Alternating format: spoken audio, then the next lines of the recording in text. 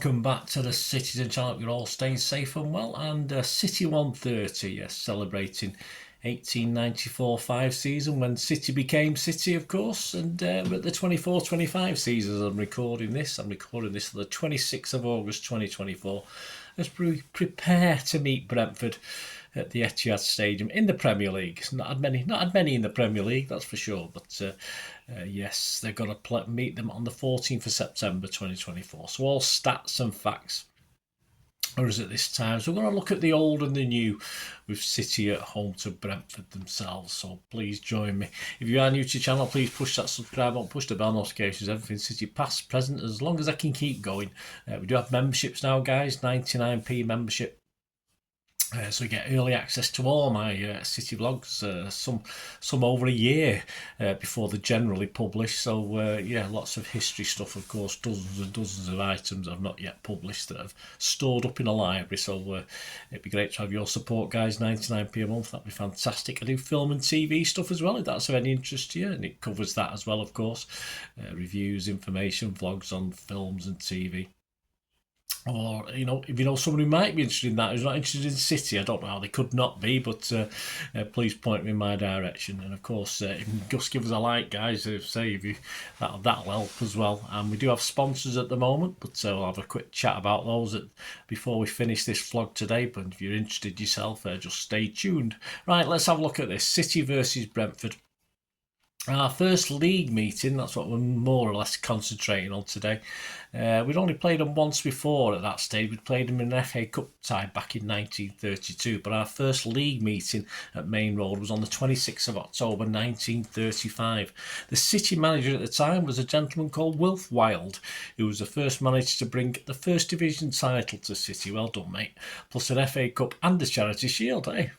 Pretty good in those days. He managed City from 1932 through the war years and finished off in 1946, just after we resumed from the war. Second World War, of course. His record, he played 352 times for him. We won 158, we drew 71, and we lost 123. So at least we won more than we lost. And we scored 703 goals and only conceded 562.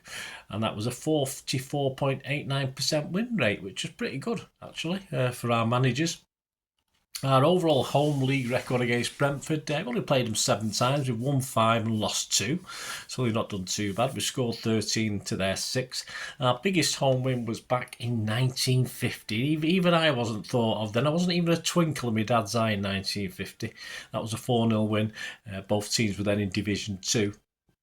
The scorers, Westcott got 2, Hart and Clark got the other 2 goals for City.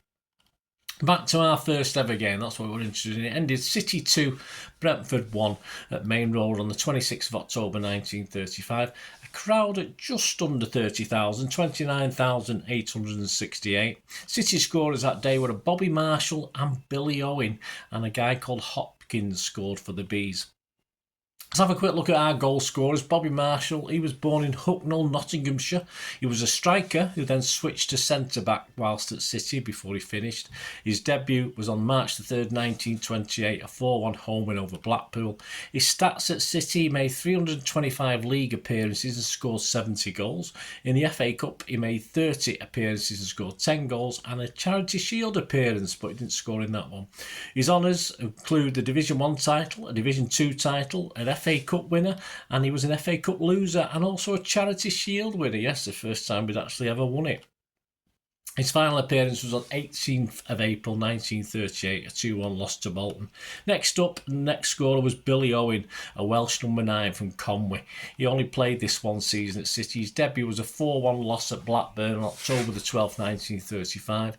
His last appearance, January the 15th at Main Road in a 2-1 loss to Huddersfield.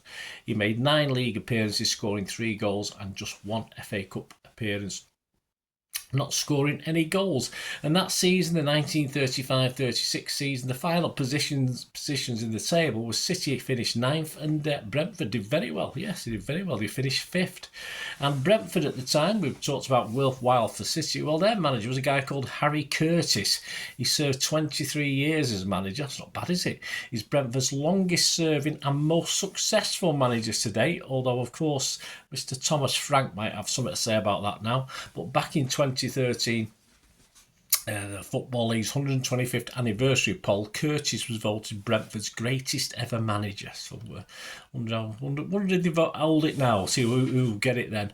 They won the 3rd Division South and 2nd Division titles in 1932-33 and 1934-35 seasons respectively, and won promotions to the 1st Division for the first time in the club's history. So well done. He was posthumously inducted into the Brentford Hall of Fame in May 2015. How did they go on last year, Brentford? Well, in season 23-24, they had a few problems. They finished 16th, but they were 13 points well above the 3rd relegation spot, so really no big threat of relegation. But Thomas Frank accomplished survival despite an injury-ravaged squad. It happened to a few teams last season, I think. The squad suffered 21 injuries, undergoing 11 surgeries were needed to squad players, and due to, of course, an FA-imposed suspension without a certain Ivan Toney as well, the club's leading goal scorer until that final 4 months of the season. So not a bad effort really by Thomas Frank to accomplish that with Brentford. Last time in the league, of course, at our place, we beat them just the 1-0. Ireland was the difference on the 20th of February 2024. And just some interesting, some celebrity fans, a bit of a crossover with a City fan here as well, which I sort of knew about and had forgotten about. But some celeb fans and one big ex-fan as well. Richard Archer, do you know him? Lead singer of the indie band Hard Five. Well, he's from Staines upon Thames and he's a big fan of the Bees. Adam Devlin, yes, he's definitely a fan. He's the Blue Tones songwriter, guitarist, a proper Brentford fan, so they say. Dean Gaffney, remember him? Yeah, sort of. Sight mate. Best known for his role in EastEnders as a lovable fall guy, Robbie Jackson. Yeah, you must remember him. The owner of Wellard, was it? The dog. I didn't watch it. I used to watch it when Dirty Den was in it, but I think I might have remembered him when he was in it. Gaffney was brought up in the area, of course, and first went to Brentford as a teenager in the early 90s. Has been a big fan of the club ever since, so he claims. Natalie Sawyer, yeah, Natalie, TV and radio presenter, originally from Ealing in West London, is a big Brentford fan. She featured in an advertising campaign to promote the club's tickets back in 2012. A sort of fan, well, you got Sarah Cracknell, lead singer of St Etienne. I thought they were a football team. She once said in an interview that she'd seen Brentford play a couple of times, so that's where the link comes from. The best known ex-fan is probably Phil Collins, yes, the balding 80s singer and former Genesis drummer. Apparently used to support Brentford as a youngster when he lived near the ground. However, when he moved closer to London, he started to go and watch QPR and even had a season ticket during the Stan Bowles era. So he jumped ship, didn't he, Phil? And how about a City and Brentford fan? Well, how about Rick Wakeman? Yes, I always had doubts about this guy. He supported Brentford since he was a child, and later on he also became the director of the West London club. After a disagreement with the board, he moved on to Manchester City. Of course he did, but never stopped loving the Bees, so they claim, but I'm not too sure about that.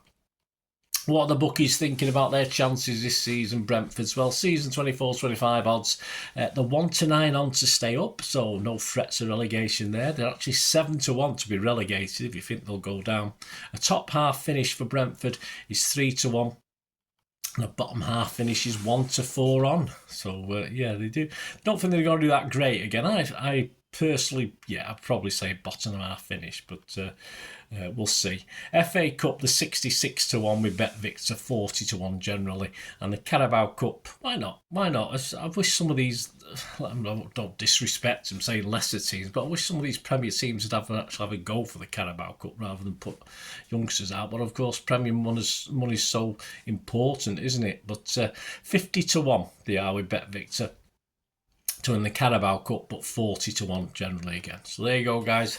Hope you enjoy this little City 130 as we look back at the very first game at Main Road and say we've not had that many.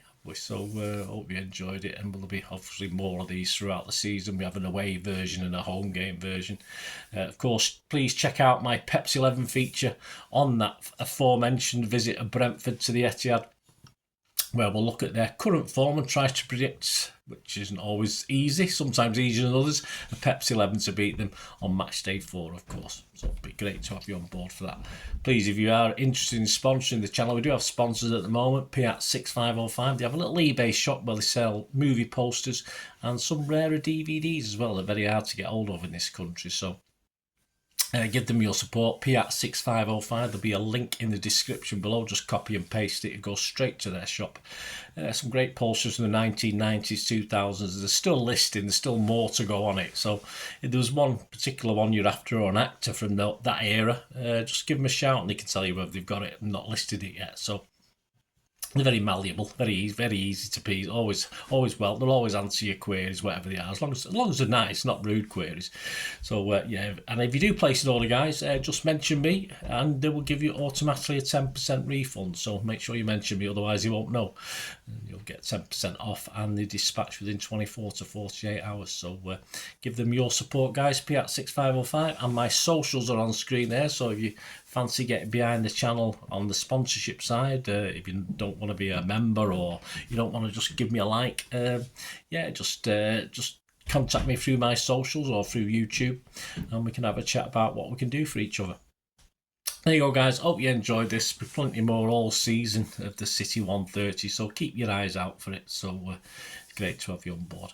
Until the next time, only ever ask one thing, don't I? Please stay safe, everyone, especially you Blues, and come on, City. Bye for now.